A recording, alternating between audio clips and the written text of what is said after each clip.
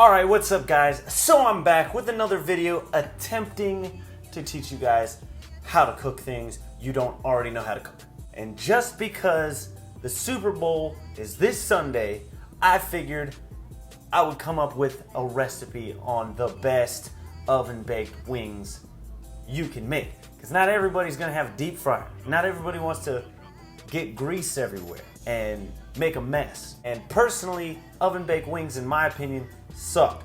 So I figured, let me try and come up with a way to make baked wings actually taste good and not soggy and trash, okay?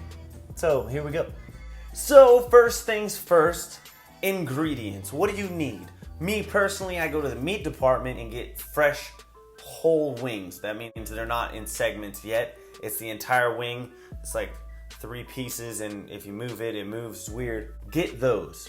Why? Because 1, you don't have to thaw it out.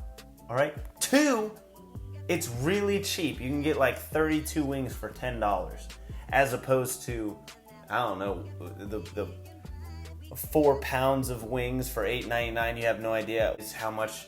What are the size of the wings? No, you can count them perfectly in the fresh pack of wings. You get them from any grocery store. They're right next to all the chicken. They're very, very convenient and cheap and awesome. Now, the only problem there is you have to cut them yourself, but don't worry, I'm gonna show you how to do that. Don't worry. So there's this little piece, when you put the wing in a V shape like this, right at the bottom of that V, there's like a little bump that connects them, okay? Now, if you go right to the left of that bump, let's say the flat is here, and the actual drumette is here, the little bump is gonna be right here, okay? You just go right to the side towards the little flat, and when your knife falls off of it, cut right there. That's the best way I can explain it. Your knife will slide right through it and it'll be separated. That is the best way I can describe that to you. And it goes the same thing with the wingtip too. It's the exact same thing. Move it to the side, cut it, it comes right off. It's very easy, very simple. Now, after you get all of those cut up and set up and ready to go, you're gonna have all these wingtips left, right? Everyone says, make sure you keep these wingtips because they're great for soups. You can make stocks out of them. It's great. I'm never gonna do that. So I throw them away because I have no need to make a stock or a soup out of raw chicken. I just don't. I get my chicken stock from the store. That's just me. If you want to do it, have fun. Me personally, throwing them out. I'm not gonna waste my time and let them rot in my refrigerator. The next thing you're gonna want to do is get yourself a baking sheet, a cookie sheet if you will, and a drying rack, like a metal oven safe drying rack.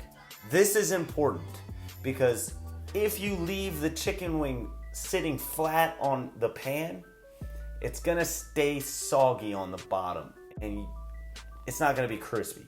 At least on one side, it's not gonna be crispy. The specific reason as to why I don't bake wings and I got a deep fryer, because I eat wings almost every single week and I don't have time to do this. You're going to have to stick these fresh wings in the refrigerator for about a day. 12 hours to 24 hours is how long it's gonna have to wait in that refrigerator right there. This is why I don't bake them, because it takes a day. But if you have the time and you're thinking about doing it tomorrow, perfect. It's a great idea. Get it ready now and eat them tomorrow. Me personally, I can't wait that long. I want them in 15 minutes. Do not cover these wings with a paper towel. They will stick to your wings. And then it's just you're gonna have pieces of paper everywhere. It's gross. Use parchment paper or foil or something. Cover them, put them in the refrigerator, and let them sit in there overnight. Now the next day, when you take them out, you're gonna notice that they're drier. They're a little more dry, which is what you want because they're gonna be crispier because of their dryness. All right, so I would put them all in a bowl, and I'm making anywhere from 15 to 20 wings. So my seasoning measurements are gonna vary depending on how many wings you do. But what I do is about 2 tablespoons of salt, a tablespoon of garlic powder, tablespoon or so of onion powder, tablespoon of red pepper, and a 1/4 cup of baking powder, not baking soda. I don't know if baking soda does the same thing, but for this thing, I heard baking powder was the best, so that's what I used. Mix all that up. Now, disclaimer for anybody that's like, oh my God, those measurements, blah, blah, the seasoning measurements are wrong. Look, seasonings when you're cooking don't really matter. The measurements don't have to be precise because you're cooking, all right? Calm down. Now, if we were baking, yes, they have to be precise. It's a chemistry experiment when you're baking. But when you're cooking, fix it, whatever. It's not that big of a deal. So now, after you get your wings coated, seasoned, you've moved them around, you've done things with it, thrown them up in the air. Now, what I did at this point was I went ahead, preheated the oven to 425, put my wings in there for 25 minutes. Once 25 minutes is up, take the wings out. You're gonna wanna flip the wings over and put them back in the oven for another 25 minutes. Like I said, this is a long process, which is why I have a deep fryer. But yet, we're still baking them. After the next 25 minutes, they should be completely cooked all the way through and really, really crispy.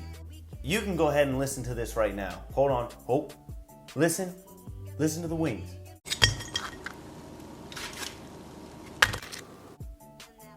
Exactly, they're really crispy.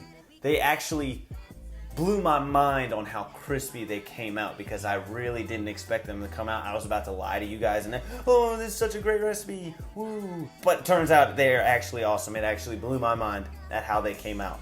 Next thing, it's your obvious, grab your favorite sauces. Mine happens to be Moore's buffalo sauce. That happens to be my favorite, all-time best, regular medium flavored buffalo sauce. That's my favorite, it's my go-to. Now cue slow motion wing beautifulness.